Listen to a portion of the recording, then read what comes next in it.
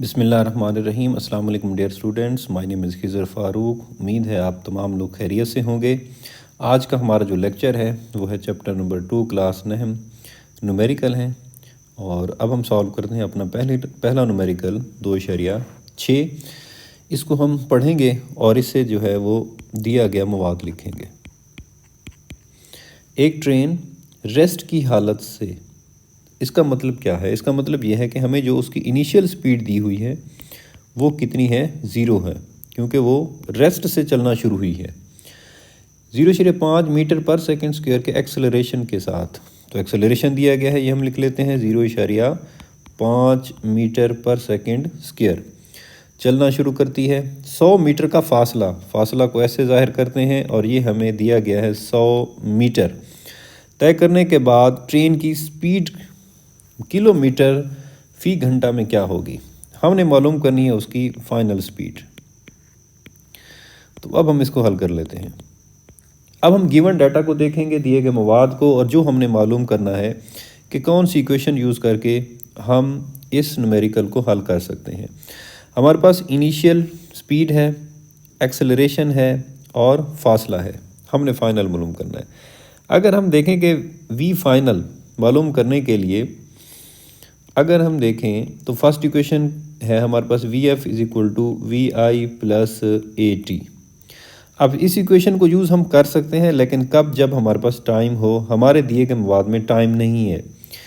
तो third equation को देख लेते हैं हम। वो हमारे पास है 2as is equal to v f square minus v i square.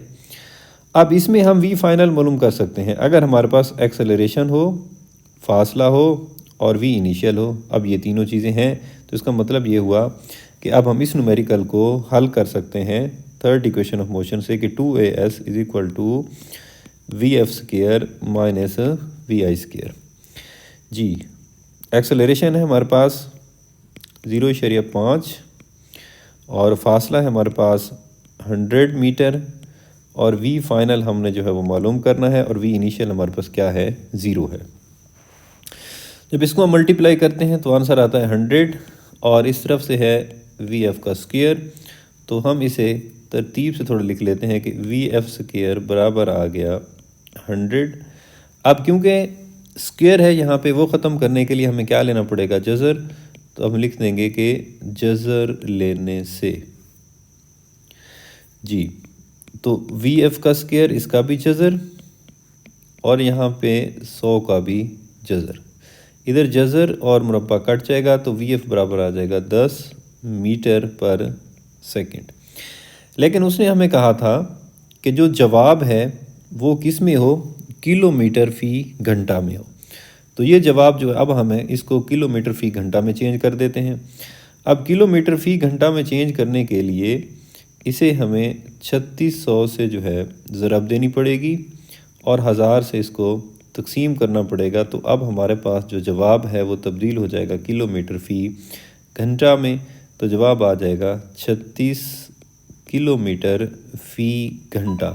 तो ये हमारे पास वी फाइनल आ गया 36 किलोमीटर फ़ी घंटा में। अब हम चलते हैं हमारे नेक्स्ट न्यूमेरिकल की तरफ और नेक्स्ट न्यूमेरिकल नंबर है 2.7। इस न्यूमेरिकल को कुछ हम स्टेप में सॉल्व करेंगे। तो स्टेप वाइज इसको हम सॉल्व करते हैं। स्टेप नंबर 1, इसका मैं दिया गया मवाद लिखूंगा और इसको स्टेप 1 को सॉल्व कर दूंगा। एक ट्रेन रेस्ट की हालत से यूनिफॉर्म एक्सेलरेशन के साथ हरकत करते हुए 2 मिनट में 48 किलोमीटर फ़ी घंटा की स्पीड हासिल कर लेती है।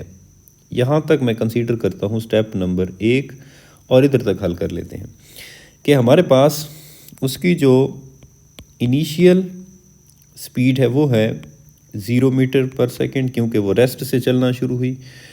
और 2 मिनट के टाइम के बाद, टाइम बराबर है 2 मिनट और ये हो जाएंगे हमारे पास 120 सेकंड और स्पीड हो जाती है वी फाइनल 48 किलोमीटर फ़ी घंटा। इसको हम बदल देते हैं 48 ज़रब 1000 और तकसीम कर देते हैं 3600 से। तो ये हमारे पास वी फाइनल आ जाएगी मीटर पर सेकंड के अंदर 13.33 मीटर पर सेकंड। और इस दौरान हम डिस्टेंस मालूम कर लेते हैं और उसको हम लिख देते हैं S1। अब हम हल कर लेते हैं। अब हमारे पास V इनिशियल है, V फाइनल है, टाइम है और हम मालूम कर लेते हैं डिस्टेंस। तो इसके लिए हम एक इक्वेशन यूज़ करेंगे सब स्टेप के लिए, वो हो जाएगा S बराबर है V ज़रब T।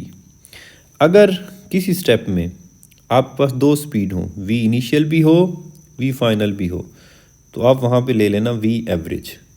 V एवरेज क्या होगा कि V इनिशियल जमा V फाइनल, इसको 2 से तकसीम कर देंगे और टाइम T से हम ज़रब दे देंगे। अब V इनिशियल कितना है हमारे पास 0, V फाइनल कितना है 13.33 तकसीम 2 और ज़रब जो है T कितना है हमारे पास 120। अब इसको हम हल कर लेते हैं। तो 6.67 ज़रब 120, तो हमारे पास जो जवाब आता है डिस्टेंस S1 हम मालूम कर रहे हैं, तो S1 फर्स्ट स्टेप के लिए आ जाएगा 800.4 डिस्टेंस है, तो यूनिट आ जाएगा मीटर। तो ये फर्स्ट स्टेप का हमारे पास डिस्टेंस है। अब हम चलते हैं नेक्स्ट स्टेप 2। वो इसी स्पीड के साथ 5 मिनट तक चलती रहती है। इसी स्पीड मतलब उसकी स्पीड कितनी है इस वक्त? इस वक्त उसकी स्पीड है जो फाइनल थी वही उसी स्पीड के साथ, और वो कितनी है 13.33 मीटर पर सेकंड। और टाइम कितना दिया हुआ है 5 मिनट, और 5 मिनट में जो है वो कितने सेकंड हो जाएंगे 5 ज़रब 60, तो ये हो गए 300 सेकंड। और इस वक्त हम फासला मालूम कर लेते हैं। स्टेप 2 है तो डिस्टेंस आ गया S2। इस वक्त उसकी स्पीड कांस्टेंट है, वो उसी स्पीड से चल रही है, स्पीड एक ही है, तो फार्मूला हम वही इस्तेमाल करेंगे कि S बराबर है V ज़रब T। अब हम एवरेज नहीं लेंगे क्योंकि स्पीड यूनिफॉर्म है, एक ही स्पीड है। तो V आ गया 13.33 ज़रब T है हमारे पास 300। इसको जब हम ज़रब देते हैं तो हमारे पास जवाब आता है 3999। डिस्टेंस है तो यूनिट आ जाएगा मीटर। तो ये हो गया दूसरे स्टेप का हमारे पास डिस्टेंस। अब हम आगे चलते हैं। वो कहते हैं आखिरकार वो यूनिफॉर्म रिटार्डेशन के साथ चलते हुए 3 मिनट बाद रुक जाती है। यूनिफॉर्म रिटार्डेशन का मतलब ये हुआ कि अब उसकी स्पीड कम होना शुरू होती है और जाके रुक जाती है। जब रुक जाएगी तो वही फाइनल 0 हो जाएगी, और जिस स्पीड से वो चल रही थी वो हमारे पास अब क्या होगी स्टेप नंबर 3 में V इनिशियल होगी। तो अब हमारे पास V इनिशियल है 13.33 मीटर पर सेकंड, और V फाइनल क्योंकि जाके रुक जाती है तो वो आ गई 0 मीटर पर सेकंड। और इस वक्त जो टाइम है वो है हमारे पास 3 मिनट। तो टाइम हम लिख लेते हैं, T बराबर आ गया 3 मिनट, और ये हो गए 3 ज़रब 60, तो ये आ गए 180 सेकंड। और स्टेप 3 है तो हम S3 मालूम कर लेते हैं। फार्मूला हम वही इस्तेमाल करेंगे कि S बराबर है V ज़रब T, क्योंकि अब भी हमारे पास दो स्पीड है, VI भी है, VF भी है। तो इसीलिए S3 के लिए भी जब हम फार्मूला लगाएंगे तो V एवरेज लेंगे, और वो होगा VI जमा VF बटा 2, और ज़रब हमारे पास क्या हो जाएगा T। तो VI हमारे पास कितना है 13.33, V फाइनल 0 बटा 2, और टाइम कितना है 180।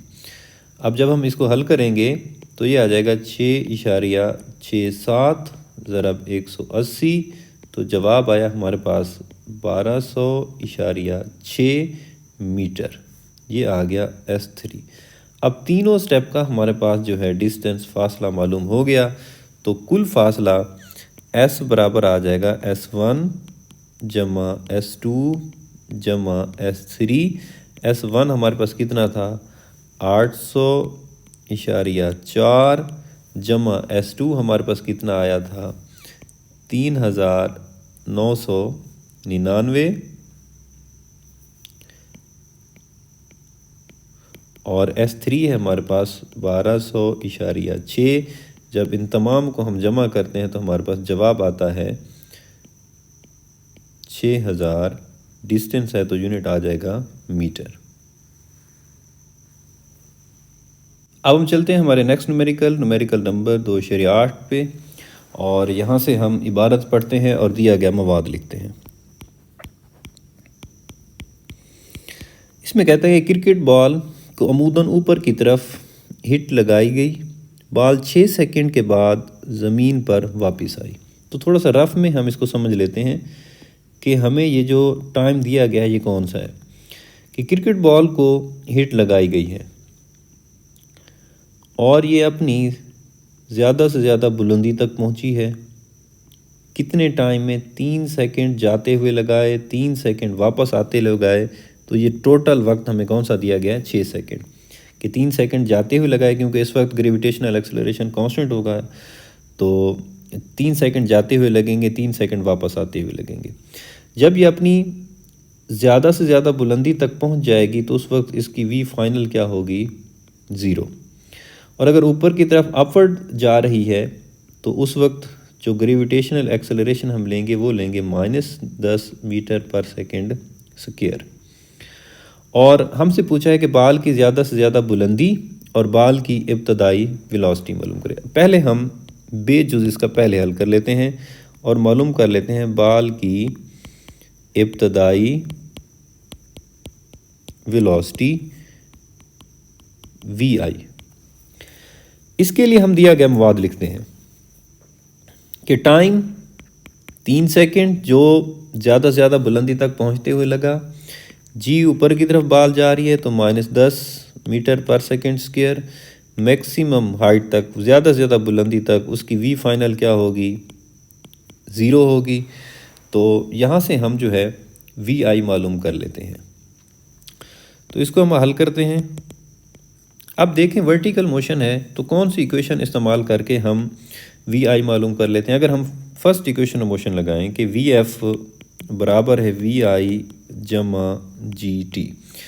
अब इसमें हम कीमतें दर्ज करते हैं। VF 0 है, VI हमने मालूम करना है, G हमारे पास हो गया -10 और टाइम हो गया 3। तो 0 बराबर है VI प्लस माइनस माइनस और ये हो गया 30। तो 30 इक्वल टू VI, या मैं इसको तरतीब से लिख लेता हूँ कि VI बराबर आ गया 30, वेलोसिटी है तो यूनिट आ जाएगा मीटर पर सेकंड। तो ये हमारे पास आ गई उस बॉल की इनिशियल वेलोसिटी। उसके बाद अब हम अलिफ हल कर लेते हैं। पहला जुज़ उसमें कहा है कि बाल की ज़्यादा से ज़्यादा बुलंदी, और बुलंदी को हम जाहिर करते हैं H से। तो अब हम H हल कर लेते हैं। अब वर्टिकल मोशन है तो H मालूम करने के लिए अगर मैं वर्टिकल मोशन के लिए दूसरी इक्वेशन लगाऊं तो वो होता है H बराबर है VIT जमा 1/2 GT का स्क्वायर। अब VI अभी हमने मालूम किया वो है 30, और ज़्यादा से ज़्यादा बुलंदी तक पहुंचने में वक्त कितना लगेगा? 3 सेकंड जमा 1/2 ऊपर जा रही है तो G की वैल्यू -10 और टाइम हो गया 3 का स्क्वायर। तो ये आ गया हमारे पास 90 प्लस माइनस माइनस 5 और 3 का स्क्वायर 9। तो ये आ गया 90 माइनस 45। तो H आ गया ज़्यादा से ज़्यादा बुलंदी 90 माइनस 45, 45 बुलंदी है तो यूनिट आ जाएगा मीटर। तो ये है हमारे पास न्यूमेरिकल नंबर 2.8। अब हम चलते हैं हमारे नेक्स्ट न्यूमेरिकल की तरफ, और न्यूमेरिकल नंबर है 2.9। इसका हम जो है दिया गया मवाद लिखते हैं।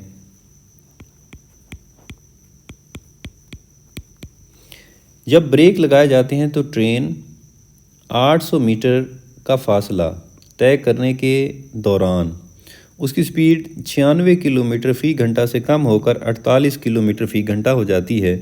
रेस्ट की हालत में पहुंचने से पहले ट्रेन कितना फासला तय करेगी? तो थोड़ा सा रफ में हम इसे देख लेते हैं कि एक ट्रेन जो है वो 96 किलोमीटर फ़ी घंटा की रफ्तार से जाई, और उसके बाद हो गई 48 किलोमीटर फ़ी घंटा। इस दौरान जो उसने फासला तय किया वो है 800 मीटर का फासला।